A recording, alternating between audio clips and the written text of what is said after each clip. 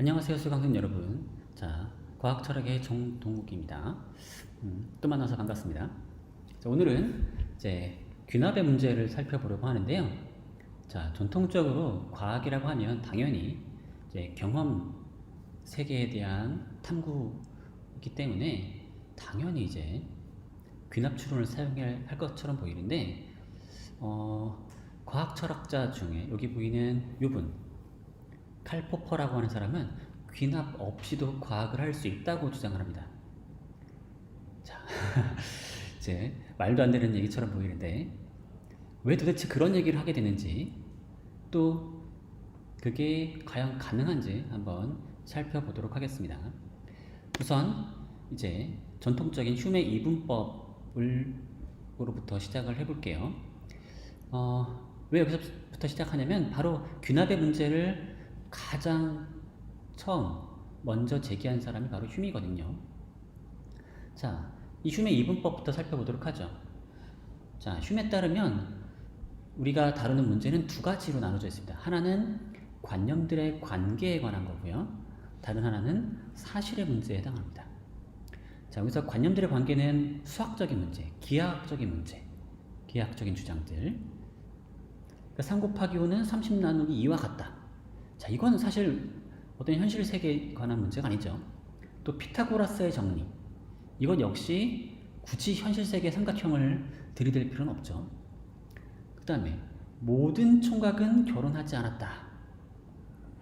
자, 이 논리학 시간에 많이 배우는 그런 문장인데 모든 총각은 결혼하지 않았다.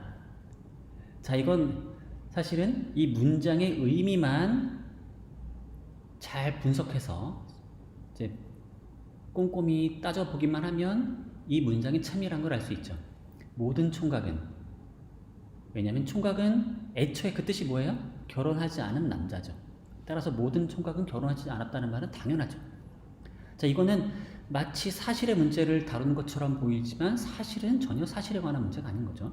그냥 단지 총각이란 단어의 의미, 그런 관념, 결혼하지 않았다라고 하는 관념, 둘 사이의 관계에 관한 진술일 뿐인 거죠. 또 비가 오거나 비가 오지 않는다.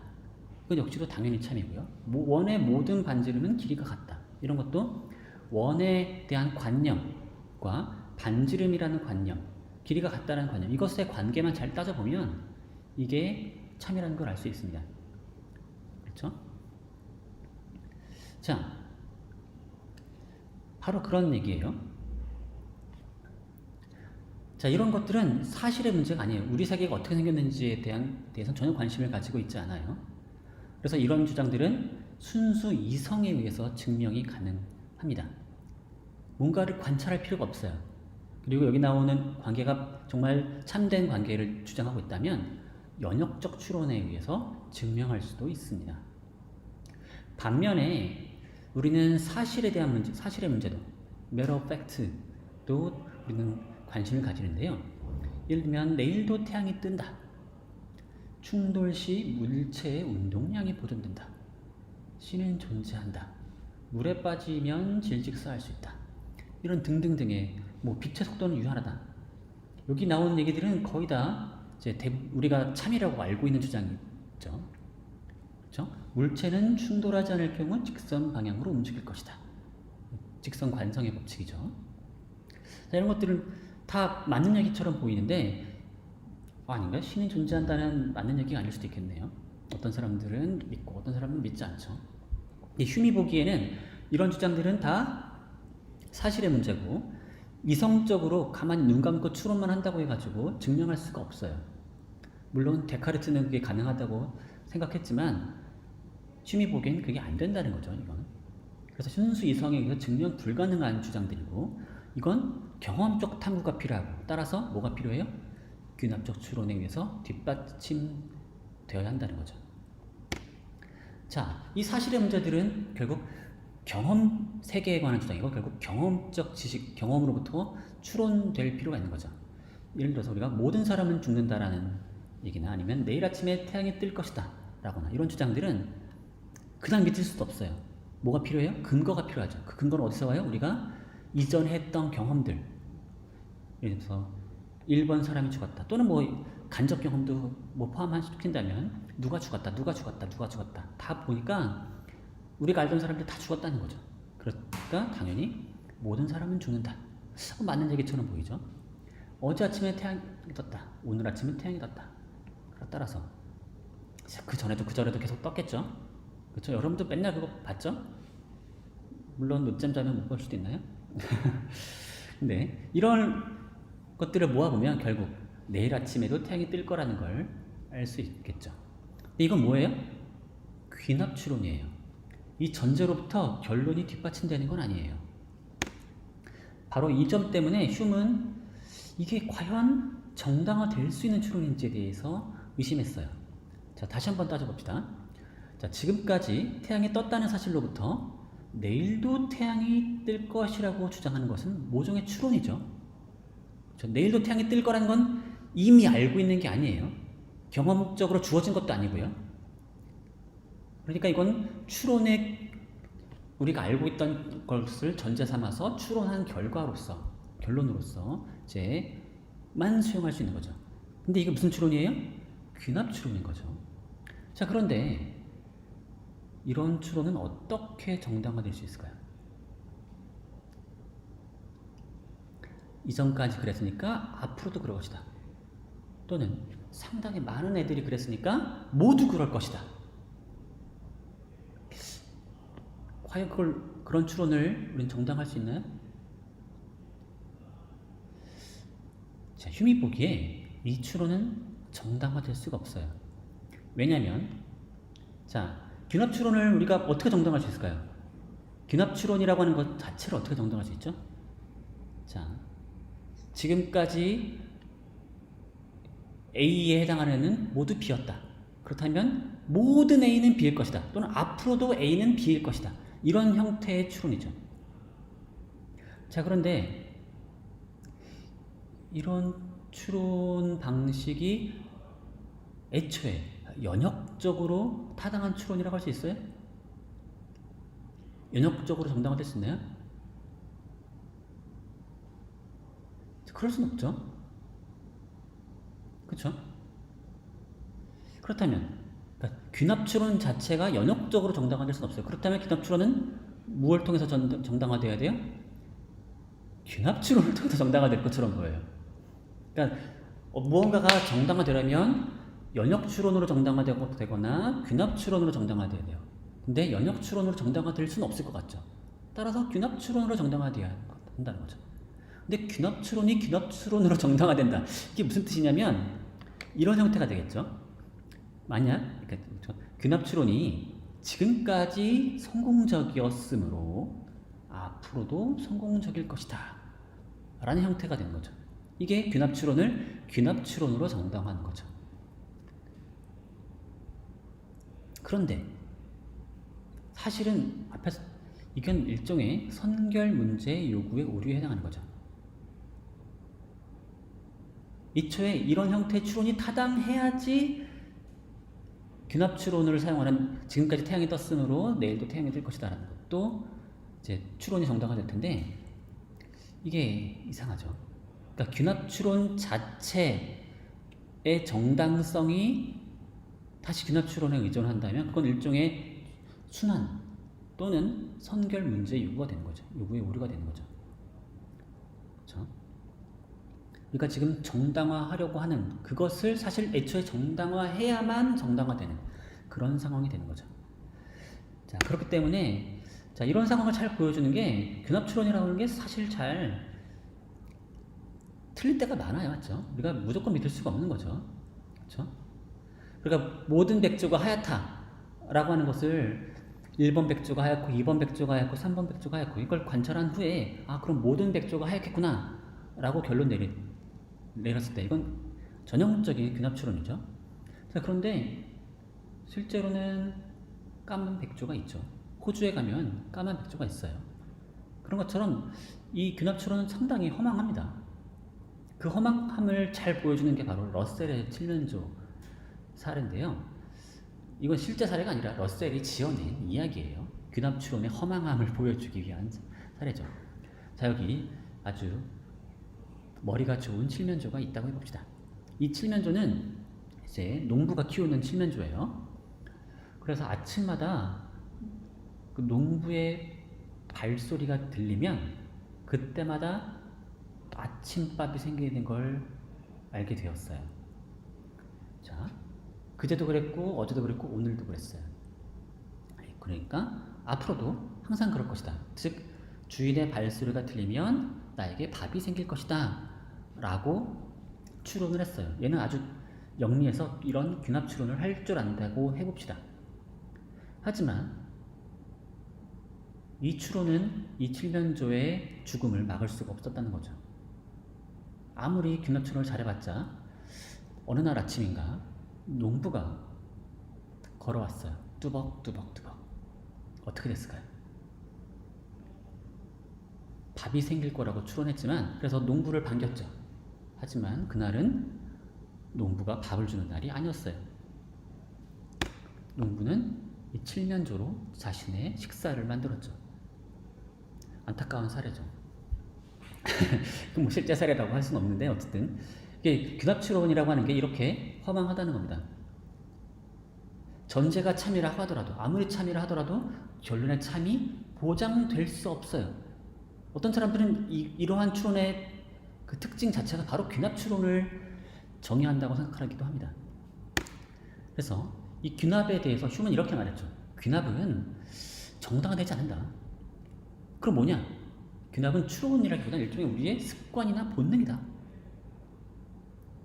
귀납은 그럼 왜 그런 본능이 있냐? 생존을 위해 우리에게 심어진 것이다 라는 거죠. 그래서 귀납 없이는 목적에 달성하기 위한 방법을 모색할 수 없기 때문에 이런 귀납을 쓸 수밖에 없다는 거죠. 다만 귀납은 결론은 확실성 대신에 100% 참을 보장하는 대신에 하지 못하고 개연성만을 보장한다는 거죠. 아마도 그럴 것이다 라는 식인 거죠. 즉 귀납에 대한 휴메의 입장을 요약하자면 귀납은 정당화되진 않지만 그냥 일종의 본능이나 습관에 불과하지만 사용을 안 할 수는 없다는 거죠. 우리가 살기 위해서. 이게 바로 휴메의 입장입니다.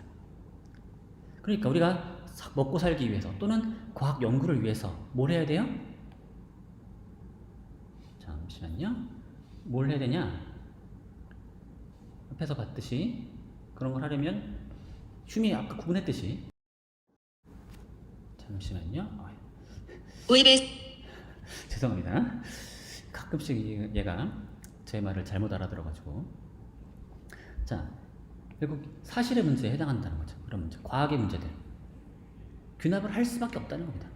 귀납은 정당화되지 않지만 우리는 귀납적 추론을 사용할 수밖에 없고 그래야만 한다는 거죠. 어쩔 수 없다는 거고 실제로 그래서 휴메이 가장 재밌는 주제 중 하나가 신이 존재한다는 거를 결국 귀납적으로 뒷받침해야 되는데 사실의 문제니까 그게 잘 안 된다 라고 이제 주장을 했던 거였습니다. 자 어쨌든 이건 넘어가서 그러면 이제 여기까지가 이제 휴메의 입장이라면 그러면 포퍼는 어떨까요? 칼 포퍼는 이 귀납에 대해서 휴메과 아주 비슷한 입장처럼 보여요. 귀납이 과연 정당화될 수 있을지 한번 이제 모색을 해봅니다. 그래서 이제 그 당시에 여러 사람들이 이제 추구했던 것처럼 귀납 원리라고 하는 걸 모색해봐요. 이건 칼포뿐만 아니라 많은 사람들이 시도했던 거예요. 뭐냐면 귀납이라고 하는 게 정당 안 된다. 개연성만을 보장한다. 그러면 귀납 원리를 규제하는 귀납 추론을 규제하는 그런 귀납 원리가 있지 않겠느냐는 거죠. 그러니까 귀납 추론을 어떨 때는 잘 맞는 것처럼 보이지만 어떨 때는 예외적으로 틀릴 때가 있단 말이죠. 그러니까 귀납 추론을 해도 될 때랑 하면 안 될 때를 구분해주는 그런 기준을 제공해주는 그런 귀납 원리가 있으면 좋겠다는 거죠. 자, 이런 걸 찾아내려고 많은 사람들이 노력을 했어요. 자, 그런데 그럼 포퍼는 그럼 그걸 비판한 거냐? 맞습니다. 근데 구체적인 어떤 귀납 원리 자체를 비판한 건 아니고요. 귀납 원리가 있다고 치자고 한 다음에 시작을 합니다. 자, 한번 일단 이게 귀납 원리가 뭔지 일단 약간 감이 안 잡힐 테니까 좀만 더 설명을 드릴게요. 자, 귀납 원리를 모색하는 이유 다시 한번 설명드리면, 만약 귀납 추론을 규제하는 귀납 원리가 있다면 우리는 그 원리를 전제로 귀납 추론을 타당한 추론으로 탈바꿈할 수 있지 않을까 하는 겁니다. 그러니까 다시 거꾸로 말하면 귀납 추론을 타당한 추론 또는 연역 추론처럼 탈바꿈할 수 있는 그런 원리를 귀납 원리라고 부르는 거예요. 예를 들면 이런 거죠. 귀납 추론이 잘 작동하려면 전제의 수가 많아야 한다. 왠지 그럴 것 같죠. 그래서 만약에 그런 직관을 활용해서 이런 거 해보죠. 관찰 증거의 양이 100개 이상이면 결론은 참이다. 어떨까요? 이러면 결론의 참이 보장이 될까요? 안타깝지만 보장되지 않죠. 관찰 증거량이 아무리 많다 하더라도 결론의 참이 보장되진 않죠. 그렇죠? 그러니까 이런 귀납 원리는 좀만 생각해보면 안 된다는 걸 알 수 있어요. 어쨌든 간에 여기서 보여주고 싶은 거는 바로 이런 형태의 진술을 이제 귀납 원리라고 부르는 겁니다. 물론 성공적인 귀납 원리가 있을지는 잘 모르겠지만, 자, 좀 더 그러면 그럴듯한 귀납 원리를 찾아보면 이런 걸 될 수 있죠. 관찰 증거의 양과 다양성과 정확성이 높아질수록 결론의 개연성이 높아진다. 어때요? 그럴듯하지 않나요? 관찰 증거의 양과 다양성과 정확성이 높아질수록 결론의 개연성이 높아진다. 꽤 말이 돼 보이죠? 자, 이런 걸 귀납 원리라고 해보자는 겁니다. 자, 그리고 포퍼는 이런 귀납 원리가 있다고 한번 쳐보자 라고 해보는 겁니다. 자, 근데 어떠한 귀납 원리도 정당화될 수 없다라고 하는 게 칼포의 핵심이에요. 자신의 논변을 이제 칼포퍼는 무한퇴행 논변이라고 불렀는데요. 자, 아까 소개해드렸던 것 같은 그런 귀납 원리가 있다고 해봅시다. 그걸 P1이라고 해볼게요. 그래서 이 P1 덕분에 관찰 증거가 있으면 그걸 전제로 가설의 참이 보장이 되는 거죠. 그래서 관찰 증거, 원래는 뭐예요? 요 P1 요 부분은 이제 지우고 요거 없고, 관찰 증거가 쭉 쌓이면 관찰 증거의 귀납적 일반화로서의 가설의 참을 결론으로 내는 게 이제 귀납 추론인데, 그렇게 해서는 이제 참이 보장이 안 되니까 이제 규제 원리로서 이제 귀납 원리 P1을 전제하면, 그걸 전제로 추가하고 나면 요 추론이 마치 연역 추론처럼 타당한 추론이 될 거라고 한번 기대해 보자는 거죠. 자, 그런데 문제는 뭐냐면 P1과 E1을 전제로 H의 참이 보장이 된다고 해봅시다. 자, 근데 결론의 참이 보장이 되려면 전제가 참이어야 되죠. 자, 그러면 이 관찰 증거 E1이 참이라고 하는 것은 가정하고 넘어갈 수 있죠. 우리가 관찰을 통해서 얻었다. 그런데 귀납 원리로 제시된 P1이 참이라고 하는 건 어떻게 정당화될 수 있죠? 자, 여기서 이제 칼포퍼는 데이비드 휴과 아주 비슷한 논변을 제시합니다. 자, 이 P1은 논리적 참은 아니겠죠. 그쵸? 그러니까 P1이 정당화되려면 다른 관찰 증거에 의해서, 그리고 또 다른 2차 귀납 원리에 의존하는 귀납적 정당화를 또 요구하겠죠. 그래서 이렇게 P2라고 하는 새로운 귀납 원리가 필요하고, E2라고 하는 관찰 증거에 의해서 P1을 정당화해야 돼요. 자, 그런데 그럼 이 P2는 또 어떻게 정당화될 수 있죠? 얘도 논리적 참은 아닐 테니까 귀납적 정당화가 필요해요. 그러면 자기 자신을 또 가정하면 안 되니까 또 다른 귀납 원리와 3차 귀납 원리와 또 다른 관찰 증거로부터 귀납적 정당화를 해야 돼요. 근데 이러한 정당화는 어디서 종착지가 생길 수가 없죠. 이 과정은 끝없이 되풀이되는 거죠. 따라서 이런 형태의 귀납 추론을 정당화해주는 귀납 원리는 정당화될 수 없다는 거죠. 그런 게 있을 수가 없는 거죠. 자, 이게 칼 포퍼의 아주 유명한 무한택 논변입니다. 그리고 이게 사실은 흉의 논변을 살짝 각색한 거예요. 아마 흉도 아주 여기에 동의할 겁니다. 자, 그런데 문제는 귀납추론이라고 하는 게 결론의 참을 보장하는 건 아니죠. 원래 누구도 그런 주장을 한 적이 없죠. 그러니까 이거 좀 너무 과한 거 아니냐라고 비판할 수 있어요. 실제로 많은 다른 철학자들은 이게 귀납추론이란 결론의 참을 보장하는 게 아니라 결론의 개연성을 판정하는 거다라고 얘기해요. 그래서 귀납 원리도 마찬가지인 거죠. 귀납 원리는 더 정확하게 말하면 개연성, 또 다른 말로는 확률을 판정하는 데 기여하는 거죠.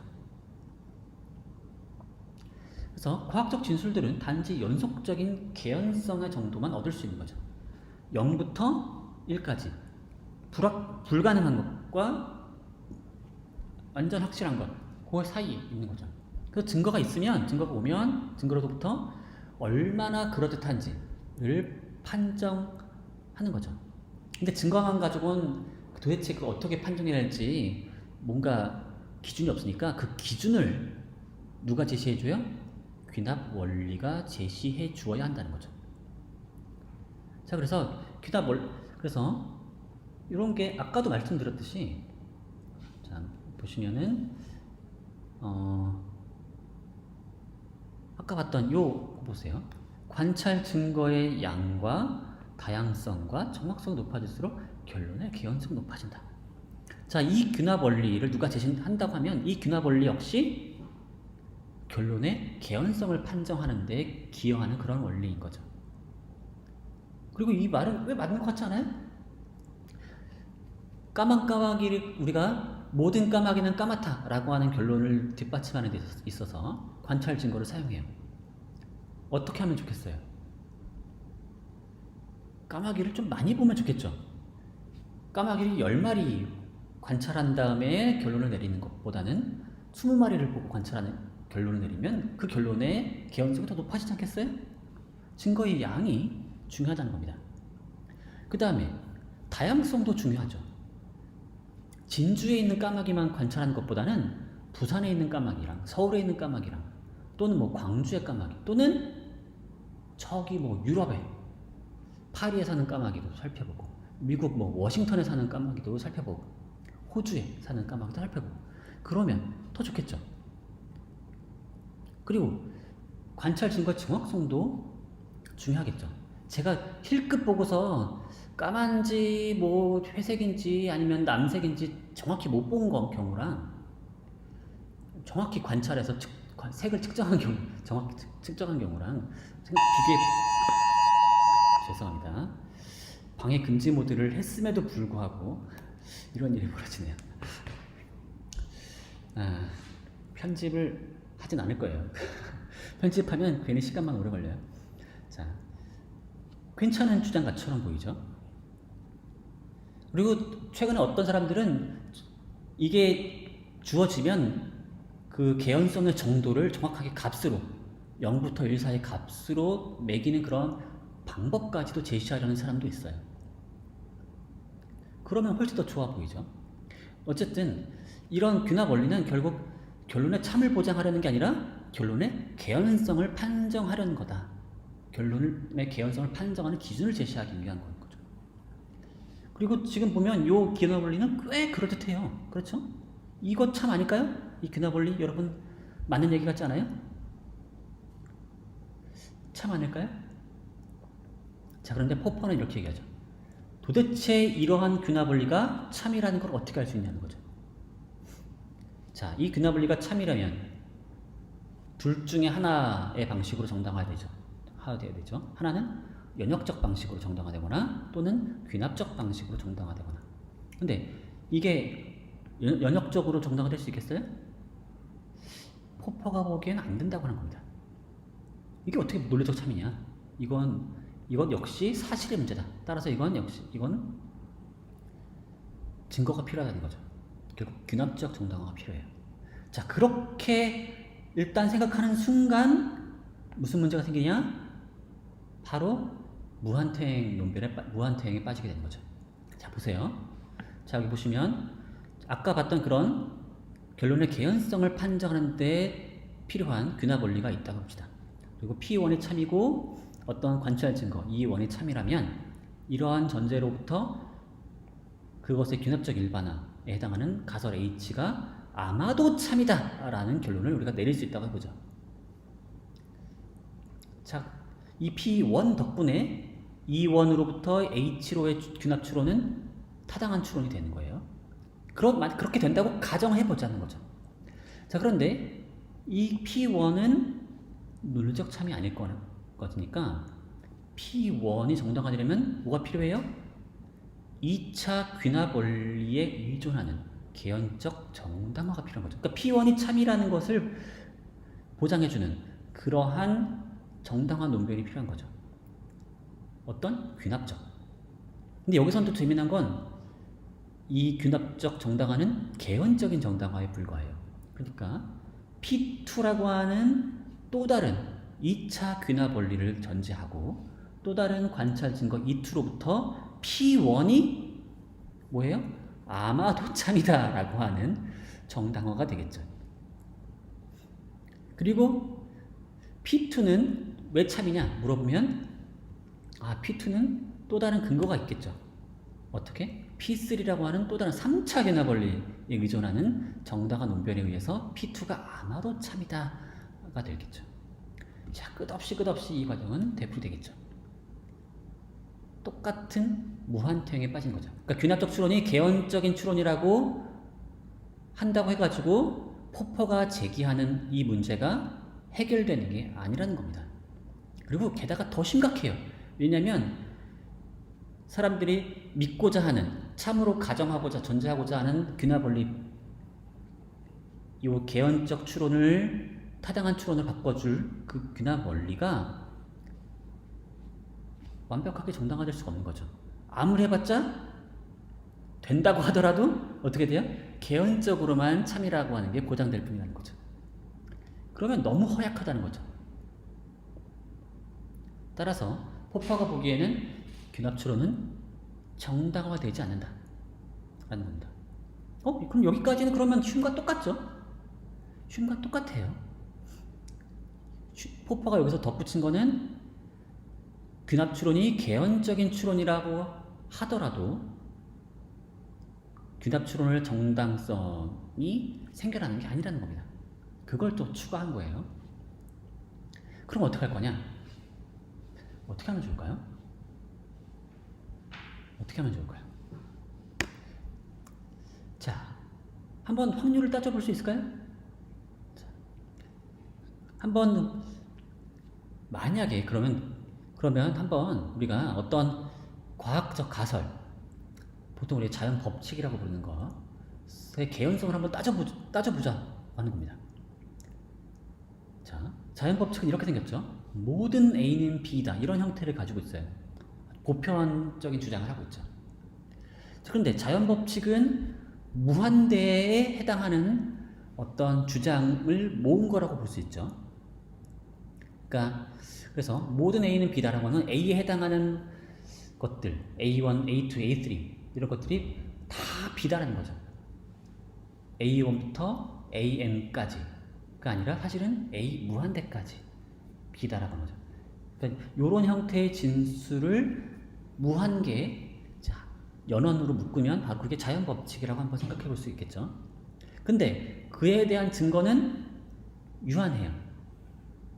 우리가 본 것 내에서 제한될 수밖에 없죠. 그렇다면 이런 증거로부터 자연 법칙을 뒷받침한다면 도대체 그 값은 어떻게 되겠느냐? 자, 이 증거가 참일 때 자연 법칙 A 참일 확률은 어떨까요? 자, 이 이 주장하는 바의 개수로 따지면 여기는 무한대고 이 증거는 n개죠. 그러면 우리가 주장하고자 하는 바에 비해서 증거의 비율이 무한대분의 n에 불과하고 n이 암만 커진다고 하더라도 무한대에 비해서는 3배의 p죠. 따라서 자연법칙 L이 참일 확률은 기껏해야 0에 불과하다는 거죠. 0은 아닐지라도 0보다 살짝밖에 더 안 큰 거죠. 0은 아니라 하더라도 거의 0에 근접한 그런 값일 수밖에 없는 거고요. 0에서 벗어날 수가 없어. 거의 벗어날 수가 없어요. 자, 이런 주장으로부터 포퍼가 하고자 하는 말은 뭐냐? 귀납 추론을 사용하지 말자는 겁니다. 타당한 추론은 연역적 추론뿐이에요. 그러니까 귀납 추론은 사용하면 안 된다는 겁니다. 귀납 추론은 정당화되지 않고 사용하지 말자. 그래서 우리는 관찰 진술로부터 이론의 참 또는 개연적 참을 추론하는 것, 이걸 다 불가능하다고 하는 겁니다. 우린 그럴 수 없다. 그럼 뭐냐?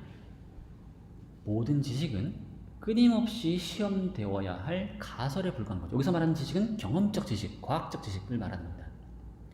사실의 문제에 해당하는 지식들은 사실은 그것이 개연적 참이기 때문에 과학이거나 뭐가 아니라 끊임없이 시험되어야 할 가설에 불과한 거죠. 신이 존재한다라는 가설이든 아니면 뭐든 다 끊임없이 시험되어야 할 가설에 불과해요. 이에 따르면 과학적 주장과 비과학적 주장의 구분은 옳고 그름의 문제가 아닌 거예요. 왜냐? 우리가 교과서에 실어놓은 그러한 지식들도 사실은 다 참일 가능성이 높다고 말할 수 없는 거죠. 포퍼에 따르면 뭐예요? 다 참일 가능성은 다 0에 불과해요. 다 고만고만한 거죠. 도토리 키재기예요. 그러니까 어떤 지식과 교과서에 실린 지식과 교과서에 실리지 않은 지식의 어떤 참일 가능성을 따져가지고 뭐 이렇게 비교하기 어렵다는 겁니다. 그럼 어떻게 되느냐? 귀납 추론을 사용하지 말자는 겁니다. 왜냐? 정당화되지 않으니까. 정당화되지 않은데 사용할 수밖에 없다고 말하는 건 비겁한 핑계라는 겁니다. 정당화되지 않으니까 사용하지 말자는 겁니다. 타당한 추론은 연역 추론뿐이니까 연역 추론만 하고, 우리가 경험적인 증거가 필요한 문제, 사실의 문제에 해당하는 것들은 우리가 그 문제에 대해서 이론의 참이라거나 어떤 개연적 참을 추론할 수 있다고 가정하지 말자는 겁니다. 마치 흉은 이제 관념들의 관계에 관한 문제는 연역 추론을 통해서 증명할 수 있고, 사실의 문제는 귀납적 추론을 통해서 그 개연성을 보장할 수 있다라고 마치 말한 것처럼 보이지만 그렇지 않다는 겁니다.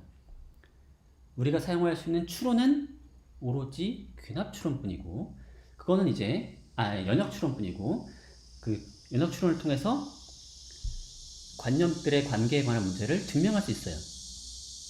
자, 그러면 사실의 문제 어떻게 할 거냐? 이건 모조리 다 시험되어야 할 가설인 거예요. 증명될 수 없고 개연적 참이 될 수도 없어요. 참이 될 수도 없고 개연적 참이 될 수도 없고. 그럼 뭐냐? 걔네들은 끊임없이 시험되어야 한다는 거죠. 가설인 거죠. 가설. 아무리 많이 증거가 쌓여도 개연적 참의 지위를 가질 수가 없어요. 자, 이에 따르면 그 과학적 주장이라고 부르는 것들과 비과학적이라고 불리는 주장은 옳고 그름의 문제가 아닌 겁니다. 왜냐면 참일 가능성의 정도가 기껏해야 0과 0.0000, 그러니까 도토리 키재기라는 겁니다. 물론 포퍼 입장에서 완벽히 반박된 것은 있어요.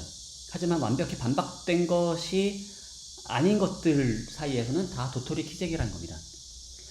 자, 물론 그 중에서도 과학적인 주장이 있고 비과학적인 주장이 있는데 그 차이는 옳고 그름의 문제가 아니라 뭔가 다른 종류의 차이라고 얘기합니다. 왜냐면 그건 다 사실 가설에 불과한 건데, 어떤 지식은 계속 시험대에 붙여지지만 어떤 지식은 시험대에 붙여지지 않는 게 있다라고 말하는 거고, 사실 그건 다음 시간에 말할 반증주의에서 소개해 드릴 건데요. 자, 바로 그런 주장으로 나아가는 바로 아주 중요한 부분입니다. 자, 그래서 포퍼는 과학을 귀납 추론을 통해서 하지 말고 어떻게 하자? 추측과 반증을 통해서 하자고 하는 겁니다. 자, 우선 과학은 어떤 문제로부터 시작해요. 어떤 현상이 있는데 이 현상이 우리가 알고 있는 이론을 통해서 잘 설명이 안 돼요. 자, 그러면 어떻게 해야 돼요? 새로운 가설을 고안해야 되는 거죠. 일종의 추측인 거죠. 가설은 귀납을 통해서 그걸 귀납적 일반화를 통해서 만들어지는 게 아니에요. 그냥 우리가 상상을 통해서 지어내는 겁니다. 근데 물론 상상으로 지어내기만 하면 그건 과학이 아니겠죠. 그래서 뭐가 필요해요? 시험 과정이 필요한 거죠. 근데 시험을 위해서 귀납 추론이 필요한 것도 아니에요. 포퍼가 보기에 이 시험은 오로지 연역 추론만 사용합니다. 자, 어떻게 되느냐? 시험을 하려면 우선 연역 추론을 통해서 새로운 현상을 예측하는 겁니다. 예측을 통해서 그 예측한 일이 실제로 벌어지는지 관찰을 통해서 확인해 보면 되는 거죠. 그래서 예측과 관찰이 일치하면 어떻게 되는 거죠? 일치하면 일단 그 가설을 승인해요. 그러고 나서 또다시 반증 시도를 해야 되는 거죠. 그래서 이것만 가지고는 반증이 안 됐네. 그래서 다른 현상을 한번 예측해 보는 거죠. 그래서 그런 시도를 계속 반복하다 보면 어느 순간인가 예측과 관찰이 어긋나는 경우가 있으시죠.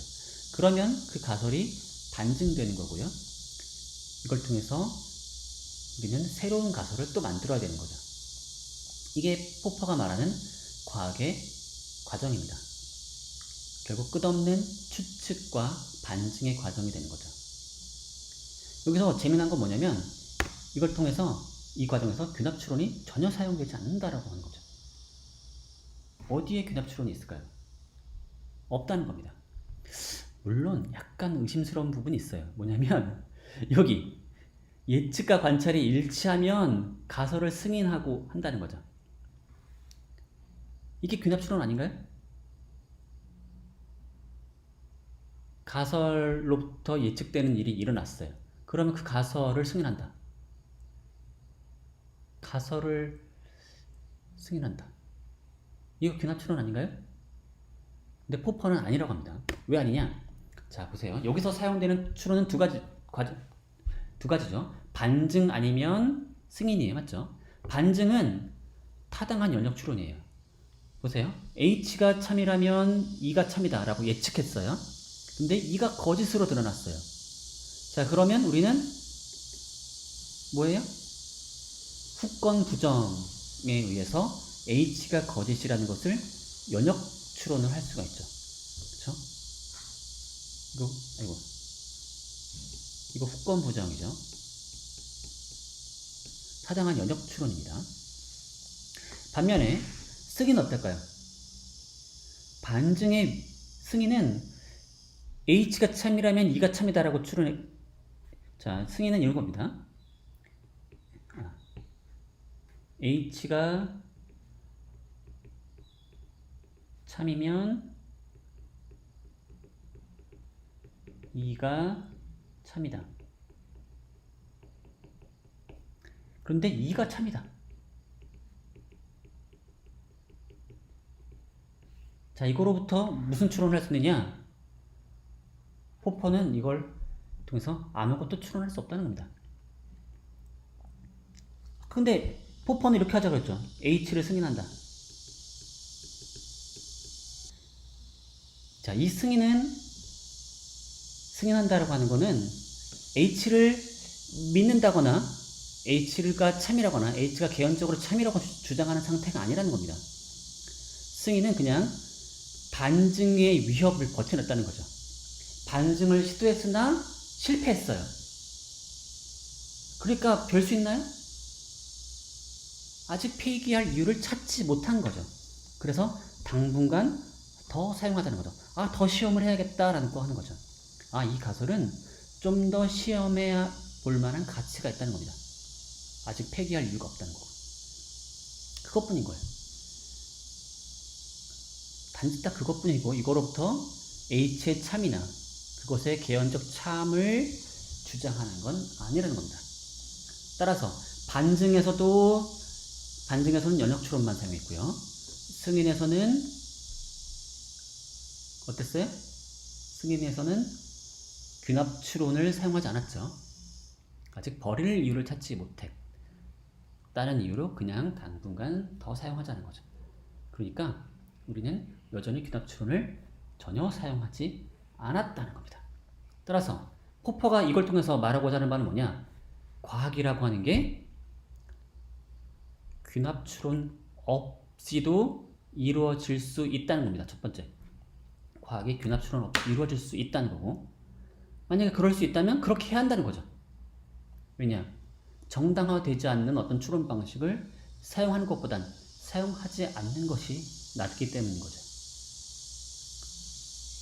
이게 바로 과학의 본질이라는 겁니다. 과학은 귀납적인 추론을 통해서 증거에 의해서 어떤 참일 것 같은 그런 주장들의 모음이 아닌 거고, 뭐냐면 그저 계속 시험되어야 할 가설들의 집합인 거죠. 또는 그리고 여기서 얻을 수 있는 교훈 중 하나는 뭐냐면 그렇게 계속 끊임없이 시험될 수 있어야만 과학이라는 겁니다. 만약에 겉보기에는 이제 증거를 얻은 것처럼 보이지만 사실상 시험될 수 없다면 얘는 경험과학이 아니라고 하는 게 포퍼의 매우 중요한 주장이에요. 이게 바로 다음 시간에 다룰 그 포퍼 반증주의 핵심적인 주장입니다. 자, 어떤가요? 그럴듯한가요? 자, 포퍼가 무슨 주장을 했다고요? 귀납 추론은 정당화되지 않는다. 근데 과학은 귀납 추론 없이 이루어질 수 있다. 따라서 귀납 추론 없이 과학을 하자라는 겁니다. 그리고 이때 얻을 수 있는 교훈 중 하나가 이제 다음 시간과 연결되는 건데, 그렇게 계속 과학은 결국 계속 시험의 연속인 거고, 과학적인 가설이라고 하는 것들은 다, 과학적인 주장들은 사실은 계속 끊임없이 시험되는 가설인 거고요. 여기서 한 발 더 나가면 만약에 그런 식으로 시험될 수 없는 주장을 누군가 한다면 그것은 과학적인 주장을 하는 게 아니라는 거죠. 그게 아주 핵심적인 주장입니다. 자, 그런데 몇 가지 의심스러운 점들이 있어요. 자, 그걸 위해서 여러분들 한번 칼 포퍼의 귀납의 문제를 읽어보시고요. 제가 그 링크를 걸어놨습니다. 이 읽을 거리를. 이거 읽어보시고, 그렇게 길지 않아요. 아주 짤막합니다. 간단하게 읽을 수 있고요. 그리고 한번 두 가지 입장을 비교해보면 좋을 것 같아요. 흉은 귀납이 정당화되진 않지만 사용할 수밖에 없다라고 주장하는 반면에 포퍼는 귀납 추론을 사용하지 말자라고 합니다. 어느 쪽이 맞을까요? 어느 쪽이 더 그럴듯한 얘기를 하는 걸까요? 도대체 정당화되진 않지만 사용할 수밖에 없다는 게 도대체 무슨 말인지, 그런 식의 흉의 입장이 정당화될 수 있는지 한번 따져보면 좋을 것 같고요. 반대로 포퍼의 시험 절차는 정말로 귀납 추론을 배제하는데 성공했는지도 곰곰이 생각해 볼 필요가 있습니다. 이때 재미나게 우리가 생각해 볼 만한 것은 뭐냐면, 포퍼식의 반증주의자가 있고 또는 이제 귀납주의자가 있다 해보죠. 양쪽 진영을 한번 다 가정해 보세요. 둘이 포퍼주의적인, 그 반증주의적인 과학자와 귀납주의적인 과학자 두 명 있을 때 둘이 과연 다른 행동을 할지, 실천적으로 뭔가 다른 모습을 보여줄지 한번 곰곰이 생각해 보자는 거죠. 가만 보면은 앞에서 봤던 이 과학의 과정에서 어떤 순간에 귀납주의자와 반증주의자가 갈라질 수 있을까요? 혹시 여기서 예측과 관찰이 일치할 때 승인하자라고 하는 포퍼의 주장은 혹시 예측과 관찰이 일치할 때 가설의 참여 확률이 높아진다라고 말하는 귀납주의자의 말과 사실은 똑같은 말일 수 있지 않을까요? 혹시 말만 다르고 행동은 똑같은 거 아닐까요? 혹시 포퍼가 이런 승인이라는 말을 고안했을 때 이 승인이라는 말을 통해서 혹시 그냥 단지 말장난을 하는 건 아닐까요? 사실 포퍼는 이 승인이라는 말을 사실 처음 개발한 거예요. 원래 사용되던 다른 말이 원래 있습니다. corroboration이라고 하는 말이 있는데요. 그 말을 자신의 의미로 바꿔서 사용하고 있는 거예요.